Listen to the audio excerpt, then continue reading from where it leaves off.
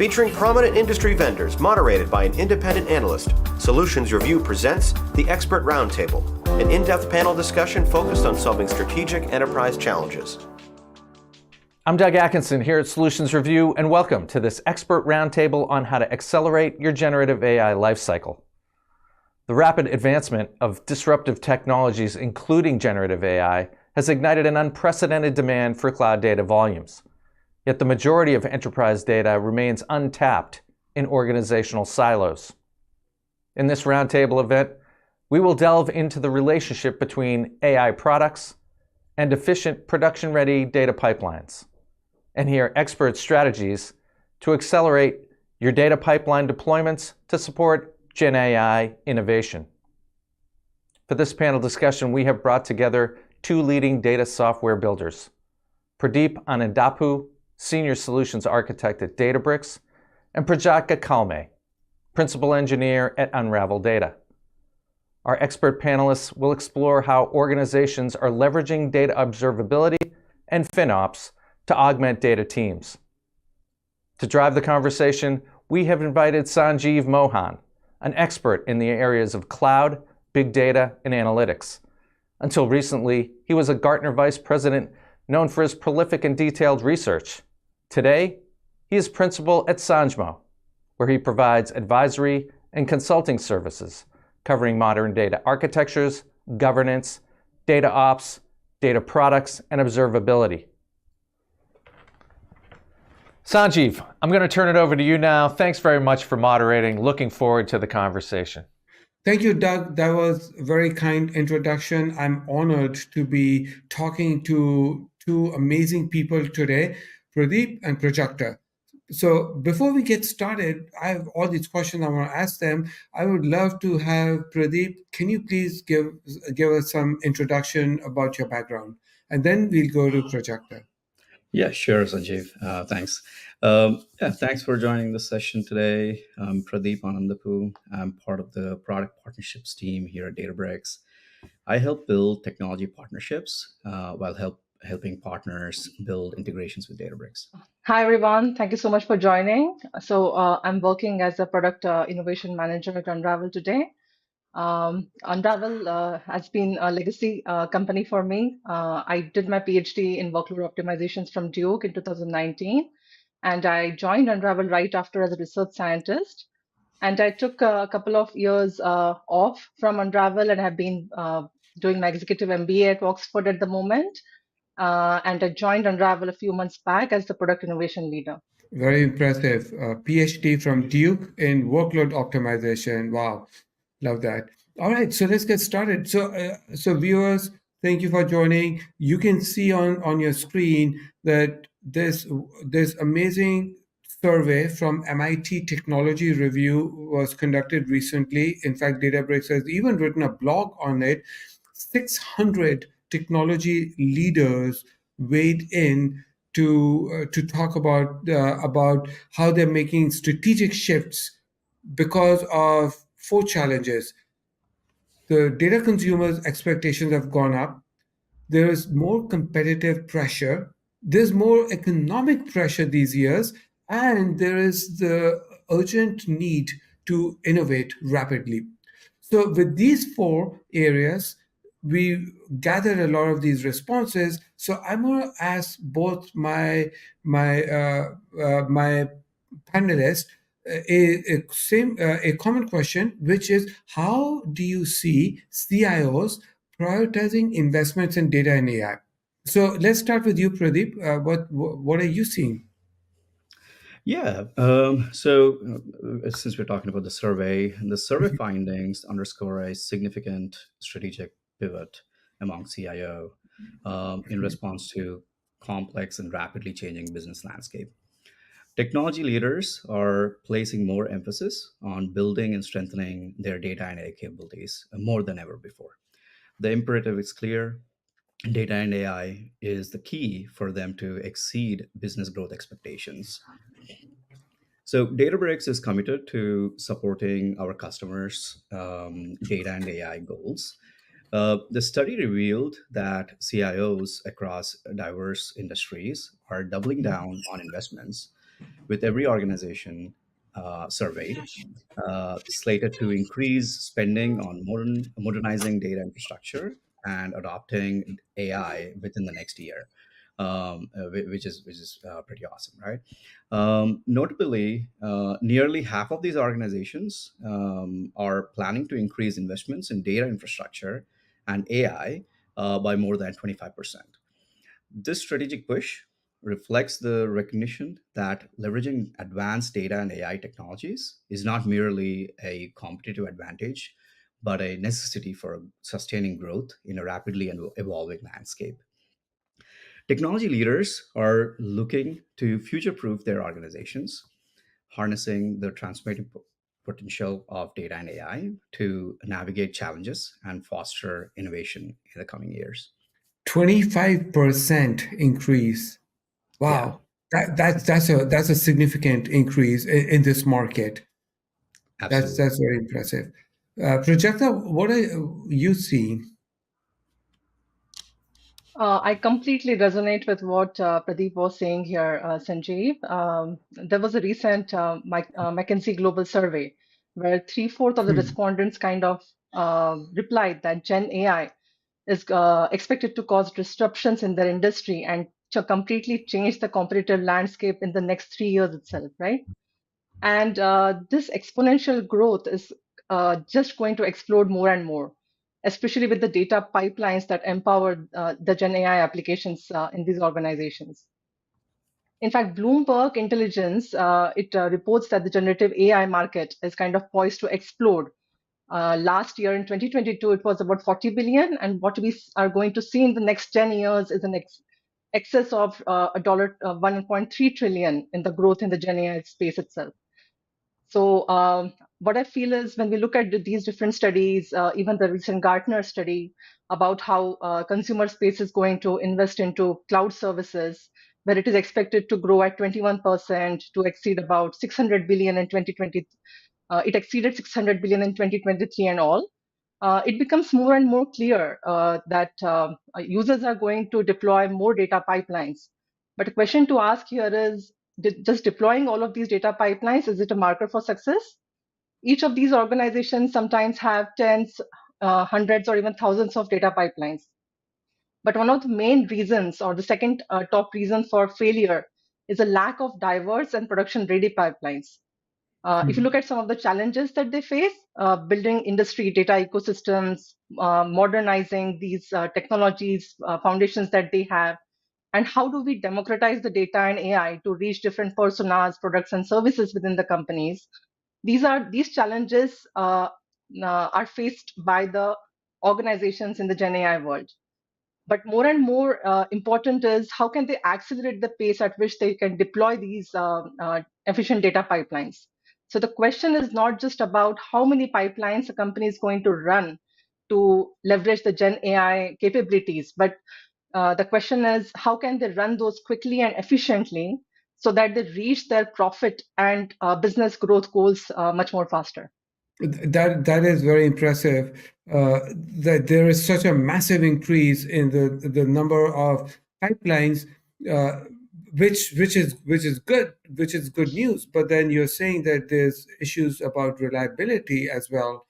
So I want to ask Pradeep, since you are a senior partner solutions architect, I'm guessing that you get to talk to a lot of people outside of Databricks. So, what are you seeing?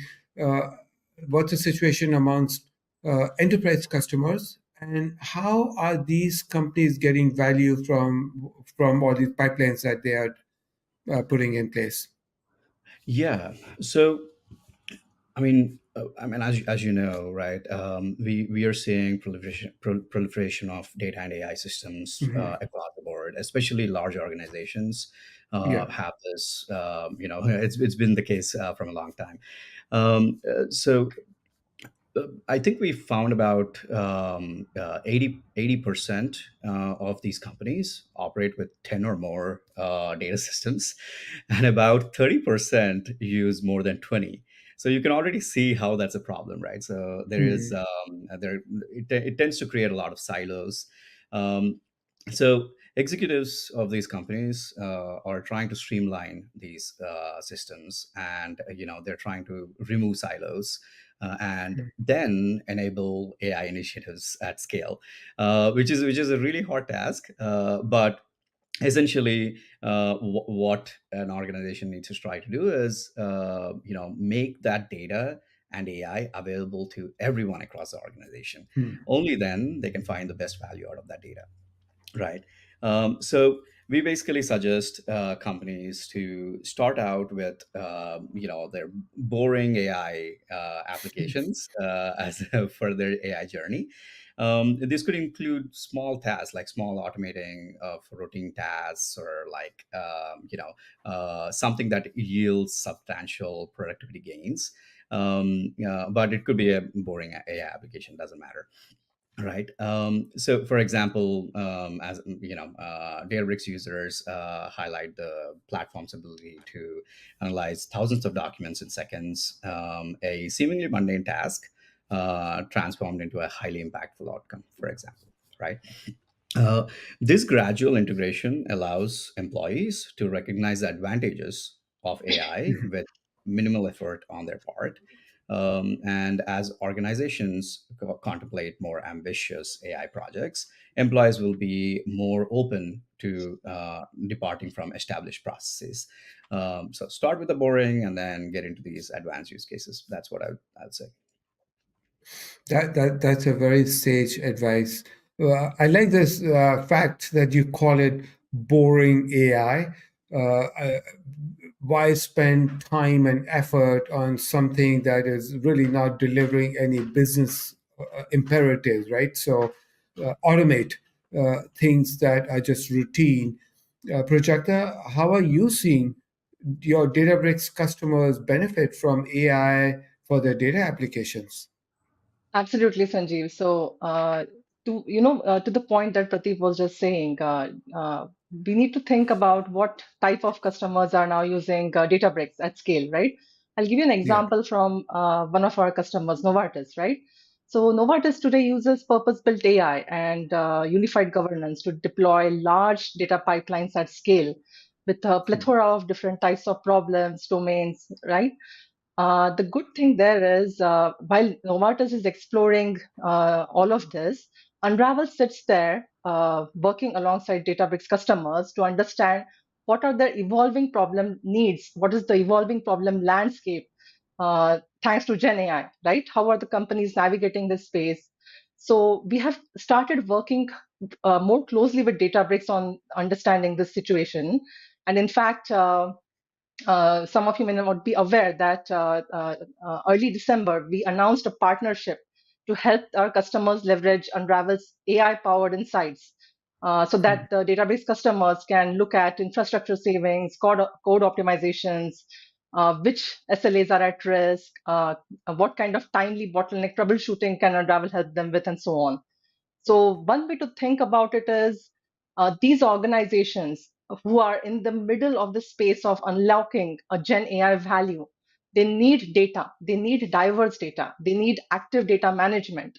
They need to exploit these different data sources, think about integration with their ecosystems, think about how they are going to infuse AI or Gen AI in different offerings, products, services, and cater to different use cases within the organizations. Something like what Pradeep said as, let us build some boring AI applications. But while they are doing it, how can Unravel take care of observability and FinOps for them so that the organizations have enough resources and bandwidth left into investing into building innovative Gen AI solutions while not worrying about putting a check on ballooning up the cloud spends? So I think that's a really sweet spot where Unravel steps in. Prajakta, I'm very curious to learn what are the different use cases. And I want to ask Pradeep as well, but since you mentioned Novartis, can you add some color as to what are they doing? Or Pradeep, maybe you, since you're part of the partner team, maybe you can talk about what are the use cases that these Gen AI applications are being applied to. Yeah, absolutely. I think like we just discussed, right? Once organizations establish the foundations, for example, with our Databricks Data Intelligence Platform, uh, breadth of solutions with GenAI are remarkable. For example, if we take retail and CPG, or healthcare and life sciences, or manufacturing, or financial services, personalization and customer experience is across the board. There are so many use cases in that, that GenAI, brings to a table. And then, for example, same thing in retail and healthcare and manufacturing, supply chain optimization. Use cases are pretty prominent. Same thing with automation and efficiency, quality control, risk management. You name it. There are basically breadth of solutions that Gen AI can bring to the table. Businesses don't really want to expose, for various competitive reasons, regulatory reasons, so let's pivot, since we are talking about actual customers and actual use cases. What I would love to hear from you, Projector, is, are there common patterns that you're seeing across companies who have been successful in implementing Gen AI strategies? Sure thing, Sanjeev. So I think a lot of our customers are, as we saw earlier, right? What Pradeep was mentioning, personalization, investing in customer experience, and so on, right? So these companies who have been successful in not just building successful Gen AI applications, but also deploying it and getting Mhm. the returns on their Gen AI investments have one thing in common that we have observed. They have prioritized a data driven culture, right? Because infusing AI and AI practices and AI first mindset is not easy. It needs a cultural transformation across the organization. So, having said that, I think to make that happen, the people need to be on board apart from technology and the processes that need to be revamped, right? So, these companies have heavily invested into continually upskilling them, emphasizing the importance of learning AI, Gen AI practices, and how to make use of it, understanding where are the bounds. Which are the challenges, how to overcome those challenges, and so on.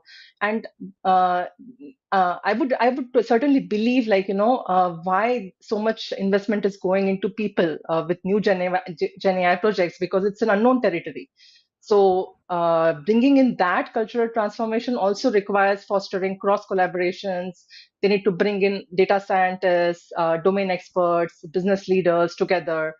And as an example, like, in some of our customers, we have heard of they running internal hackathons to bring people together so that they can create new groundbreaking capabilities. But this requires that other aspects should be taken care of. Like, how can they integrate AI seamlessly into their existing workflows?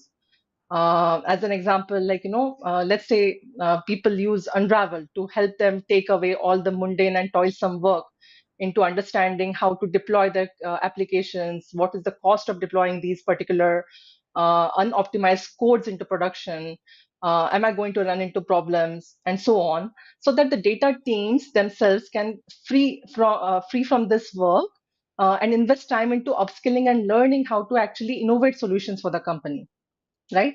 So we have definitely seen some of these examples in our customers from different domains in healthcare, retail, finance, and all. Very interesting. Thank you so much for sharing that. Pradeep, let's pivot here. Let's look at things in action. So can you share how customers are using Databricks Data Intelligence Platform? Yeah, absolutely. So I have a slide deck for it. Okay. I'll just give you some background about Databricks, and then dive into a few use cases of these customers. What they were able to achieve with our platform. and then give you guys a glimpse of what this data intelligence platform is, right? Databricks Data Intelligence Platform means, as you know, as some of you know, right? Databricks, wants to democratize data and AI. That has been the mission for over 10 years. We have committed to it and continue to do amazing work in this space. So we are the inventor of the lakehouse paradigm and are pioneers in Gen AI. Our founders have created many of the most successful open source projects in data and AI, some of which you might have heard of: Delta Lake, MLflow, Apache Spark. Um, so just to give you a overview of where Databricks is today, we have about 10,000, more than 10,000 customers globally, and we are now at $1.5 billion in revenue, a little more than that, and $4 billion in investment. And we have been recognized and only platform to be a leader in both Gartner database management systems and data science and machine learning platforms. That's actually amazing. I mean, you'll see, how that came together, right? With our foundation of Lakehouse. So we believe that winners in every industry will be those who most effectively use data and AI. In fact, I think we spoke about that just and few of the questions that Sanjeev posed here. In fact, we believe understanding data and AI is going to be a requirement to lead the winners. And these are some of the use cases, right? These are some of the customers that have been that have been able to find tremendous value with our platform and with AI in general. JetBlue, Intuit, AT&T. So most of the organizations struggle to realize this vision, and it's not easy, right? To have that kind of success. The customers I mentioned about had.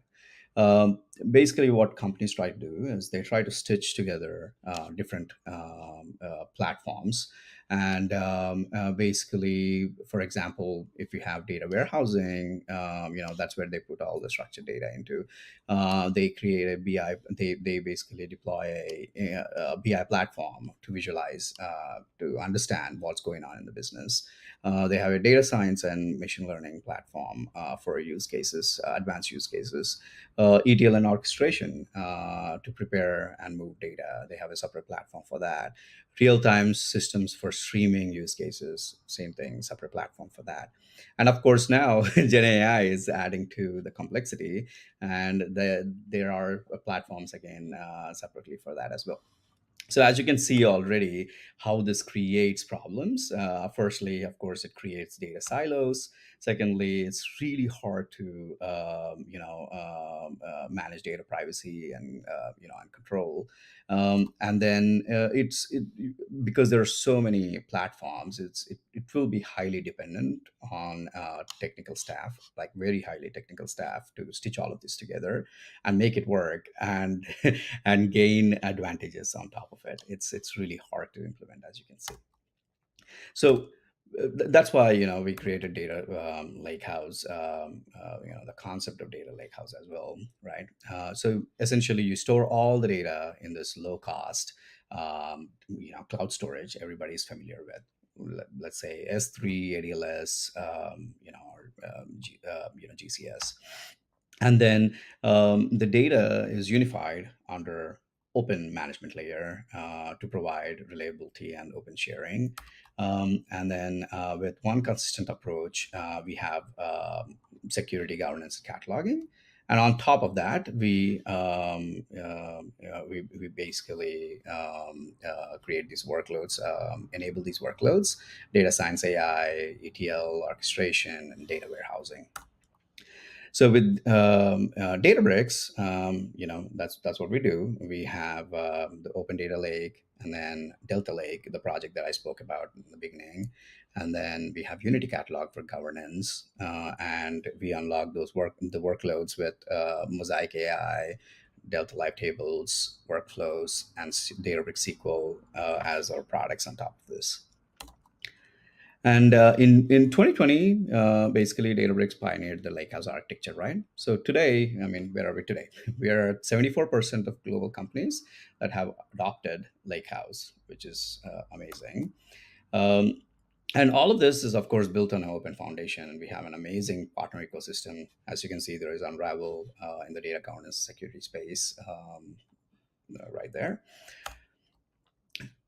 So, but while Lakehouse adoption has been already become it has already become a force in the market. There has been this rapid rising technology, GenAI. You might be familiar with our Mosaic ML acquisition. Databricks executed recently. We brought these two technologies together, Data Lakehouse and GenAI, and then that's what we call a data intelligence platform. It basically opens up a whole new world of possibilities to democratize data and AI across organizations. So essentially, you saw this, right? This was the lake house. This is the foundation. And with the data intelligence engine, we can bring AI to every workload that you can see here and open up amazing user experiences on top of it as well. So for example, let me just take Mosaic AI as an example here. So with Mosaic AI, today we can focus on building models from scratch, fine tuning existing models on your data while we maintain privacy and control. We can serve those models efficiently. And we can do end-to-end AI essentially, and all of this is built on top of open foundation of ML Flow, which I spoke about in the beginning of the presentation. And of course, we also, can be true to that vision where, we want to enable data and AI for everybody across the organization.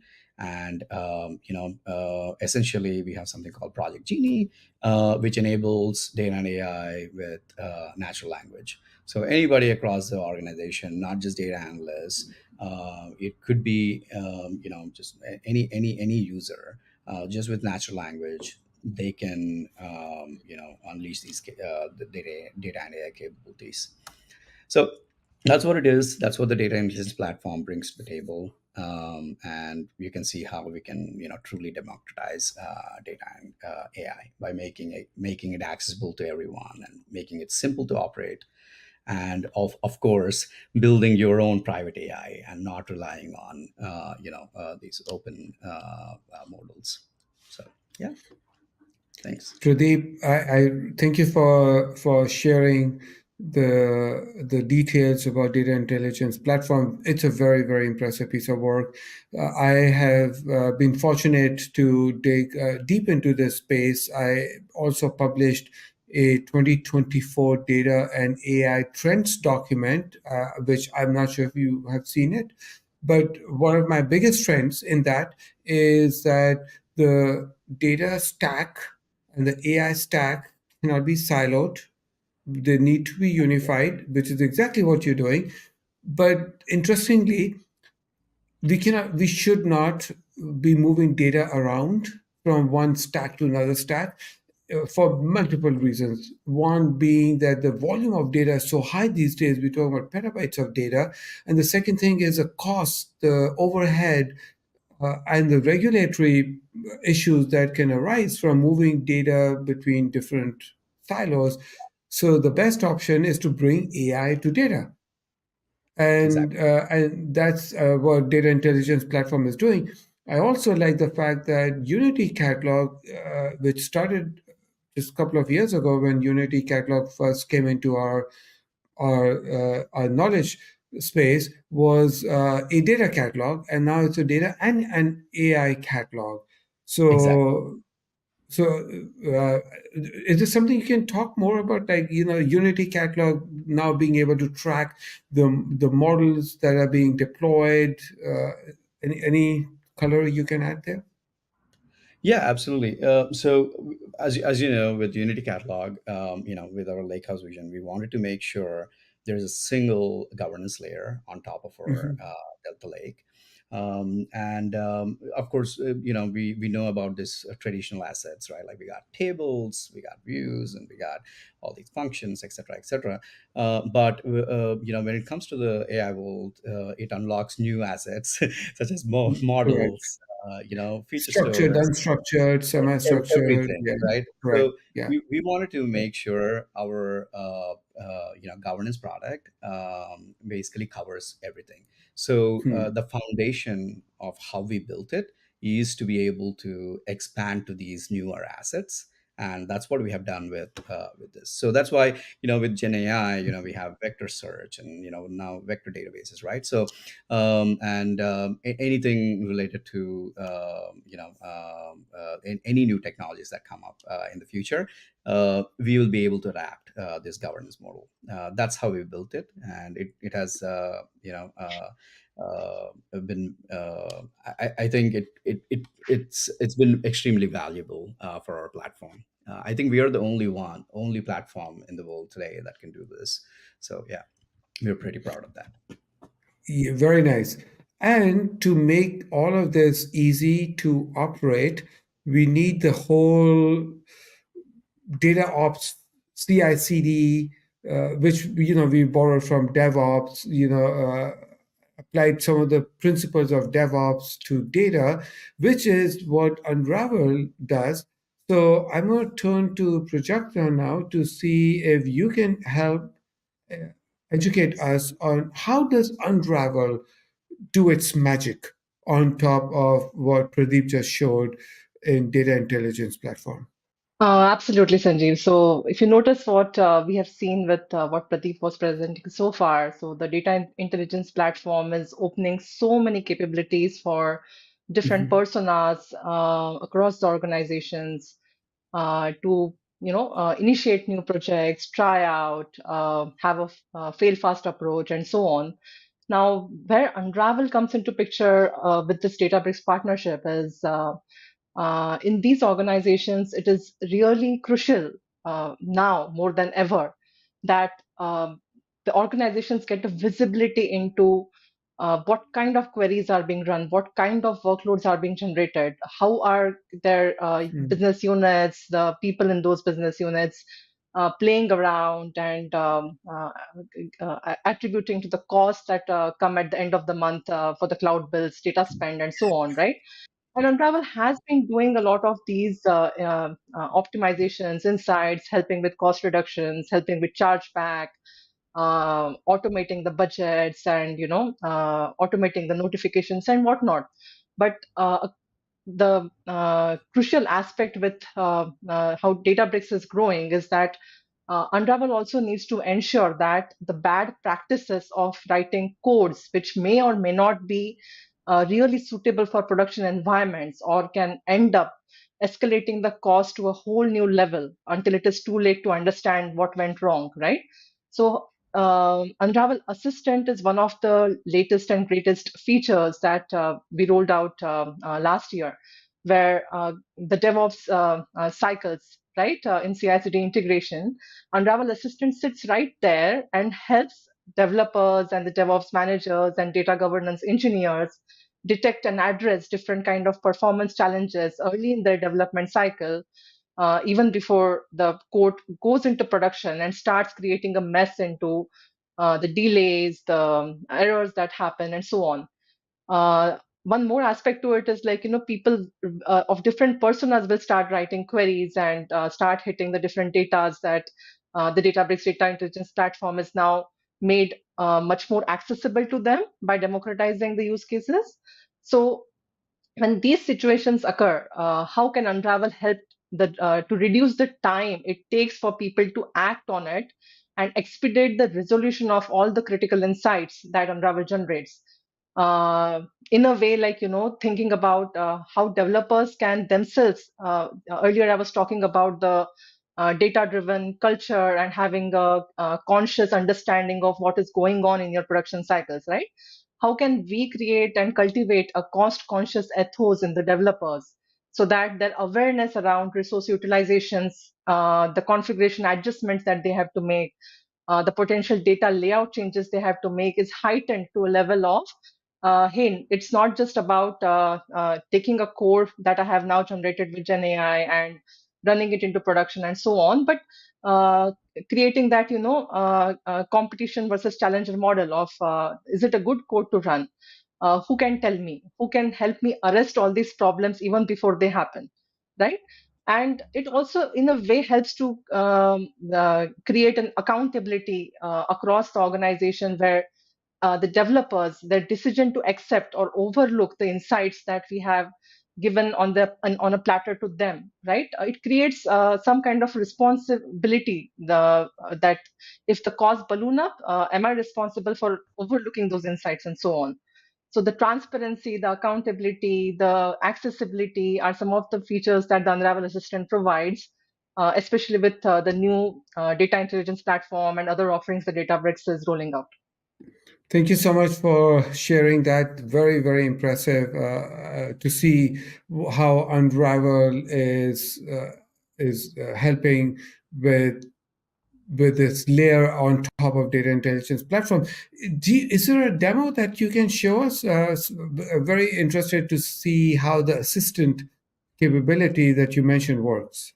Before we jump onto the demo, I just wanted to give some background on how the Unravel Assistant kind of came into picture. So the past couple of years, Unravel has been connecting with customers, Databricks customers, understanding their challenges really, on a personalized level, where the primary questions that used to come up is like, can Unravel help us catch issues before they go into production? At another customer, we heard situations like, hey, we are the platform team and the data engineering governance team. They are just failing to act on the insights, even if we keep on telling them to, this is going to help you save so many dollars and so on. We just keep waiting for that action to happen and keep sending emails, right? And then the situations like our developers don't understand the impact of making a certain change.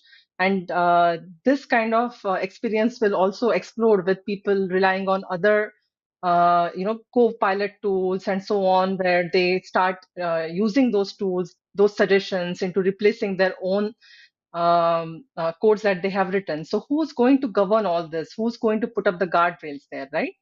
So what we started seeing is, even though Unravel provides all these awesome insights, there is this last mile problem from we are detecting it, but who's going to act on it and when, right?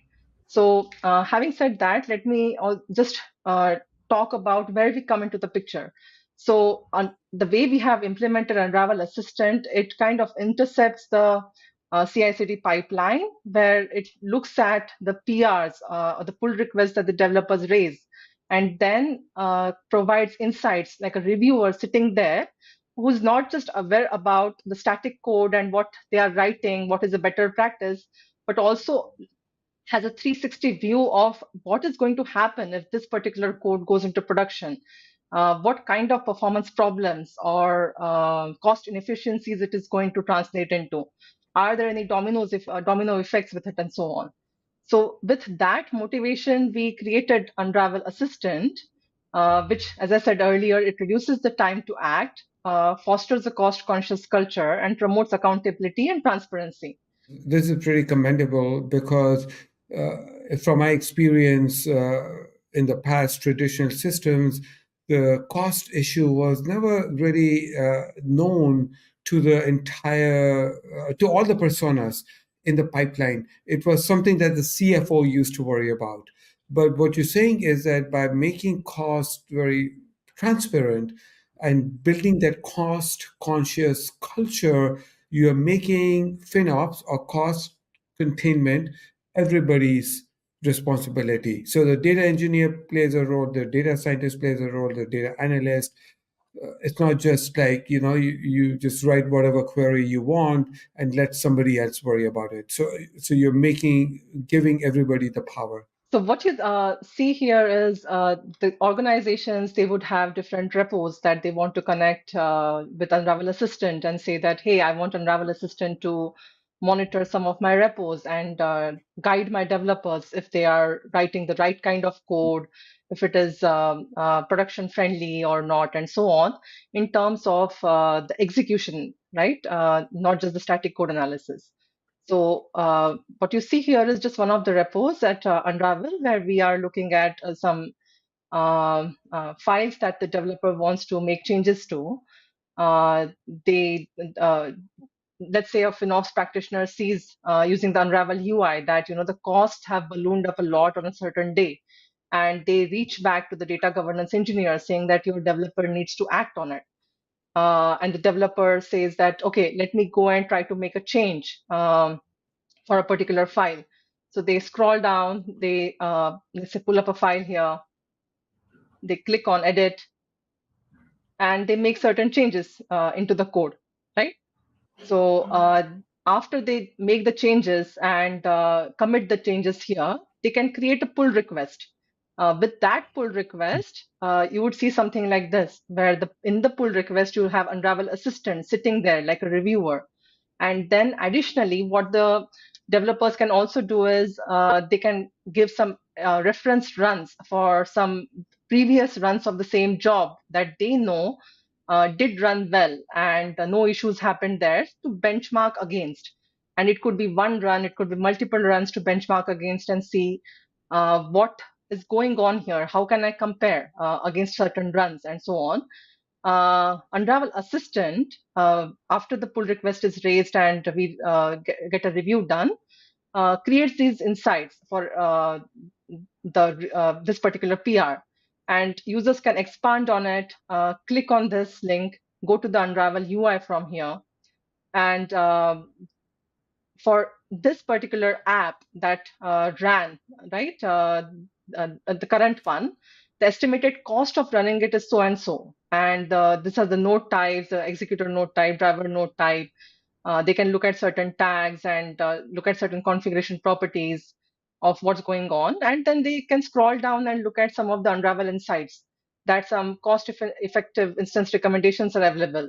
So instead of using the current instances that you have here, Unravel recommends for you to change into this particular standard F4 instance, which can help you save so and so amount in the dollar cost here, right? So this is for one particular run, but imagine this aggregated over multiple runs.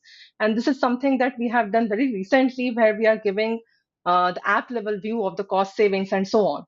So in addition to cost saving insights and all, they can also look at the bottlenecks, like, if you run this application, this is what is going to happen in the environment. So you need to go and take a look at your code where the driver may be end up being contended, right? And it also brings the best practices of using a copilot in one place, where we also supplement with some static code analysis and give insights to the users that, instead of this particular changes that you have done, these are the better code practices and so on.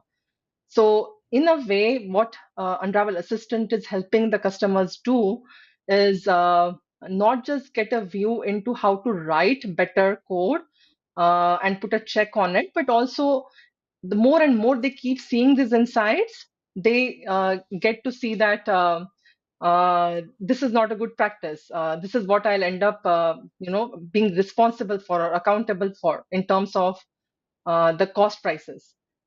Additionally, one of the things I want to call out here is like Unravel Assistant integrates with your notification channels. So whenever a PR is raised, you get a Slack notification in the channel that you can configure through Unravel Assistant and say that the moment, let's say, somebody raises a PR, the notifications come to the relevant teams. They can track it from there. And it also automatically creates a Jira ticket so that the release manager can then wake up the next day and look at all the PRs that Unravel Assistant has created for their workloads in this particular repo, and then look at the issues that have happened and maybe nudge the developers to act on some of them, look at the prioritization on how Unravel is giving them the prioritization list and so on, and make things happen before they get into production, even if the developers choose to ignore certain insights. I'm curious, when you say that every time the PR is raised, a notification you can configure, so a notification goes out to Slack and a Jira tickets created. And then you said something about Unravel is giving insights to help with prioritization. What prioritization is it helping with? So the latest and greatest of Unravel, right? So we are helping to surface some actionable insights amongst these, helping customers choose between, hey, these are the top 10 insights that you should act on to save you so and so dollars within this time period that you have selected. We help with surfacing insights like these are top users. If you just nudge Hmm. them to act on their PRs, this is how it will end up saving you, right? And alternately, you can choose, like, I want to understand how can I save troubleshooting hours? How can I understand? How can I save so many dollars in the next 1 month? How can I get a speed up of so and so percentage? So this is the prioritization that will help not just the developers, but the people who are supervising them to nudge them, create that culture, make them act on these insights, and without getting lost into, like, let's say if you have thousands of pipelines, as we were talking about before, and so many queries running daily, how do you pick up what has an immediate impact in the next 2 days and so on? Can you give us some color as to what is Unravel Assistant? It's a co-pilot. What does it use? Is it using Chat GPT like something? What models? Anything you can share? Absolutely, Sanjeev. So, while not giving away too much of the good stuff that we are building on, what I can definitely say is Unravel Assistant is not just what you saw here, right? We are extending the capabilities into multiple use cases as we are seeing with our customers. And this is just one of the examples where it integrates with the CI/CD pipeline. So it is sitting there more like a agent who is there to take care of your pipelines, so that the DevOps managers and platform owners, they can have a peaceful rest that when things come into production, it has gone through multiple levels of scrutiny, right? Um, we definitely use some open source models behind it, LLMs and all, and we are also created our in-house versions as well. So it is using the best of both the worlds into creating different use cases and not just the CI/CD integration. We should definitely follow up. Would love to have more talk about this in a different, maybe roundtable, where we will show you Yeah. the capabilities of what Unravel Assistant is poised to offer. Thank you. Thank you very much. By the way, I have to say, I'm asking all these questions unscripted, and so thank you for playing along and giving all this information because I know there's so much that you cannot share and so much is changing. So I really appreciate your willingness to educate us on the assistant. I'm going to turn it back to Pradeep because I am curious if since you talk to a lot of partners, and I would assume that everybody needs this kind of CI/CD automation help, can you add some color as to what Unravel is doing and what your customers are expecting? Yeah. So as all the customers, go on this data and AI journey, how I see, especially partners like Unravel fit into the Mhm. picture, is not just providing deeper insights. I mean, as Databricks, starts maturing its capabilities, of course, Unravel is providing deeper insights into observability across the board within Databricks. Other than that, the issues that I mentioned, these customers are facing, which is the silos of these, enterprise data systems. You need a unified way to observe, what's happening Mhm. across all the systems. While you are trying to unify your own data systems, you need some sort of unified observability, to be able to properly cut over into a single data system if possible. So that's where I think, partners play a key role, other than, of course, providing mature and deeper insights into the Databricks itself. So That's what I think it is. So they're very, very crucial for the customer's data and AI journey to be successful. That is great. Thank you so much. Is there something you would like to cover on this webinar, like a roadmap or something? Not a roadmap, but maybe I'll give a glimpse of what I was talking about. Yeah. I was originally planning to skip that but we do have a little bit of time here, so maybe I can show you guys a glimpse of of what does data intelligence platform enables.